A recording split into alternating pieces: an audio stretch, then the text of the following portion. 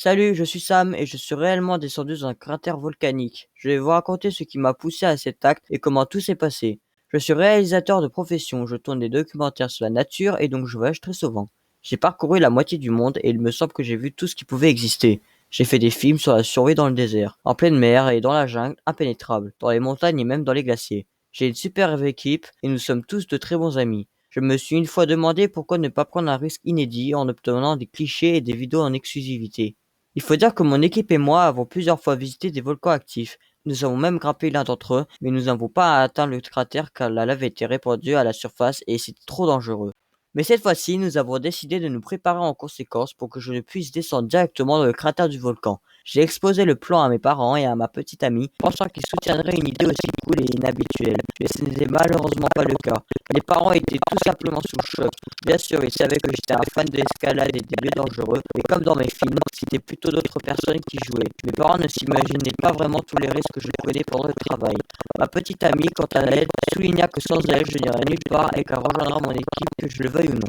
Ainsi commença notre travail. Tout d'abord, nous devrions trouver une bonne combinaison, inifuge et un respirateur pour pouvoir respirer plus ou moins normalement. Nous avons décidé de tourner pendant 1 heure et dans l'optique d'avoir de différents cadres, nous avons pris un excellent quadricoptère avec lequel nous pourrons enregistrer toute la descente. Certes, l'une de nos principales craintes était que quelque chose arriverait à notre ami volant et il tomberait dans la lave, enterrant à jamais tous les cadres exclusifs. Entre autres, nous avons besoin de l'aide de grimpeurs qualifiés et il a fallu beaucoup de temps pour le choix de l'équipement parfait pour la descente. Et après quelques semaines de préparation, tout était enfin prêt. Nous avons chargé l'équipement dans la voiture, puis nous avons roulé au pied du volcan. Ma petite amie nous a accompagnés car elle était très inquiète et ne voulait pas me laisser partir seule. Bien que notre expédition était extrêmement dangereuse, je n'ai pas pu la convaincre de rester à la maison. Mais dans le fond, je dois avouer qu'un tel soin de sa part était très agréable. En chemin, l'équipe et moi avons discuté pour la centième fois de ce que nous allions faire, de la manière dont on allait procéder. Chacun avait son rôle qui était crucial pour la réussite du projet. Finalement, le chauffeur nous a déposés au pied du volcan, nous avons commencé à monter. Franchement, à chaque pas que nous faisions, je voyais de plus en plus abandonner cette folle idée, mais je ne pouvais pas.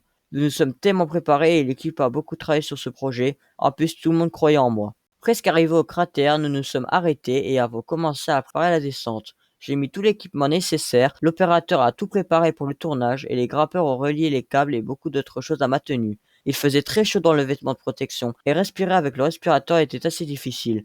J'ai donc décidé de mettre fin à cela le plus rapidement possible. Les grimpeurs ont sécurisé les câbles et j'ai commencé à descendre. Le quadricoptère volait au-dessus de moi et à l'intérieur j'avais une horrible sensation.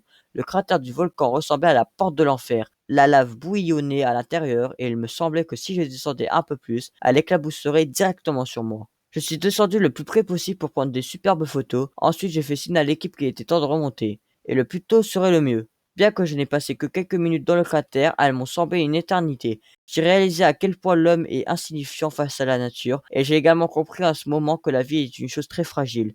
Plus tard, j'ai écrit toutes mes pensées que j'ai ajoutées sur le film, sur le brave bonhomme qui a décidé de descendre au cœur d'un volcan. Ce soir-là, l'équipe et moi avons eu un excellent dîner de réjouissance, puis le traitement des images a commencé. Nous avons effectué le montage, ajouté les effets nécessaires, filmé les environs, enregistré des interviews, et finalement nous avons obtenu un très bon film. Actuellement, je suis dans les négociations actives avec de grandes chaînes de télévision sur la nature pour lesquelles j'ai déjà tourné. Je pense qu'à l'avenir, nous allons beaucoup plus collaborer sur des films de qualité. Je prévois vendre mon travail comme le seul documentaire au monde sur la descente dans un cratère volcanique. Je ne sais pas combien d'argent je pourrais en tirer, mais tout de suite après, je pense aller en vacances avec ma petite amie. Nous n'irons certainement pas à la mer car j'ai déjà eu assez chaud avec cette chaleur récemment. Mon histoire vous a-t-il plu? Si oui, alors likez et abonnez-vous à la chaîne. Merci d'avoir regardé.